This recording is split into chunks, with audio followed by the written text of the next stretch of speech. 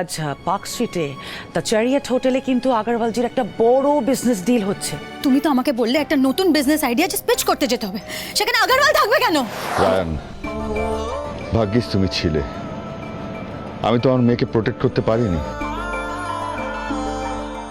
তুমি করেছিলে। প্রোটেক্ট তো করবোই আঙ্কেল। পারুল আমার স্ত্রী, সুদূর পড়িয়েছি ওকে। সব বিপদ থেকে রক্ষা করা আমার কর্তব্য। আপনার ছোট মেয়েকেও প্রোটেক্ট করে আমি ওকে আলোর পথে আনার চেষ্টা করেছিলাম, কিন্তু তার মূল্য শিরিন এইভাবে দেবে আমি সেটা ভাবতেও পারিনি। আমরা ভেবেছিলাম শিরিনকে বের করে এনে ওকে ভালোভাবে সুযোগ দিলে ও হয়তো ভালো হয়ে যাবে, হয়তো শুধরাই যাবে। আমি পারলাম না। Very sorry to say uncle, but ও যে অপরাধ করেছে না তার কোনো ক্ষমা হয় না। আর এবারে শাস্তিটা আমি নিজে হাতে দেবো ওকে। আজ আমি ওকে হাতের সামনে পেলে না একেবারে একেবারে শেষ করে ফেলবো বাবা। চল রায়ন। এই পারুল,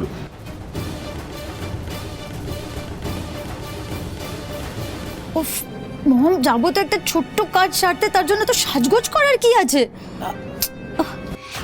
না বেটা, দেখো আজ পার্ক স্ট্রিটে দ্য চ্যারিয়েট হোটেলে কিন্তু আগারওয়ালজির একটা বড় বিজনেস ডিল হচ্ছে। তোমাকে তো একটু প্রেজেন্টেবল হয়ে থাকতে হবে, বলো।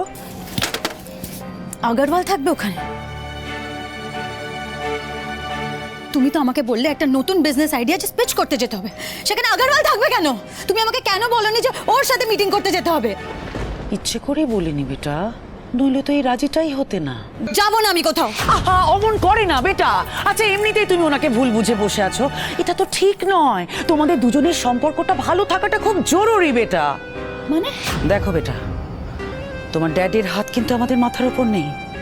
আমাদের সমস্ত খরচা পাতি সব চলছে আগারওয়ালজির টাকায়। মম, তুমি তো জানো আমি ওনাকে পছন্দ করি না, তারপরে কেন আমাকে ফাঁসিয়ে দাও এসবের মধ্যে? I just don't get it.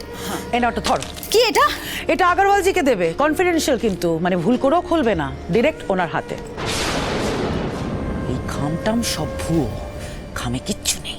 তুমি ওকে খুশি না করলে ও আমাদের সাথে সত্যি সত্যি ডিল সাইন করবে না। আর সাউথ ইন্ডিয়ার 5 স্টার হোটেলটাও আমরা বানাতে পারবো না। প্রথম দিন তোমার একটু কষ্ট হবে বেটা, আমি জানি, বাট একবার আগারওয়ালজির সাথে সবটা কাস্টমড হয়ে গেলে উনি তোমার সমস্ত লজ্জা, সংকোচ, ভয় সব কাটিয়ে দেবেন।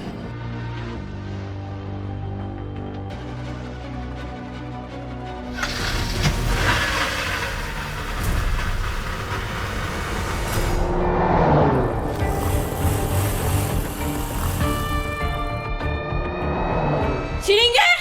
শিরিন! এই শিরিনকে! শিরিনকে! শিরিনকে!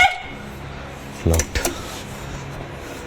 তো বাড়ি থেকে লক বটে, তারপরে শিরিনকে বাড়িতে লাই। ও কত বড় শয়তান তুই জানিস না? ও ঠিক বুঝতে পেরেছে তুই গোয়া থেকে ছাড়া পেয়ে চলে এসেছিস, আমরা ওকে ধরতে আসবো, ও জানতো। তাই সব আঁট গাঁট বেঁধেও এখান থেকে পালিয়েছে। পালায় আর কদ্দূর যাবে বলতো? অনেকবার ওর গায়ে হাত তুলেছি সময় অসময়ে, কিন্তু এবারও না সমস্ত সীমা পরিসীমা পেরিয়ে গেছে। আজও টের পাবে যে পারুল চক্রবর্তীর ধৈর্যের বাঁধ ভেঙে গেলে কি হয়।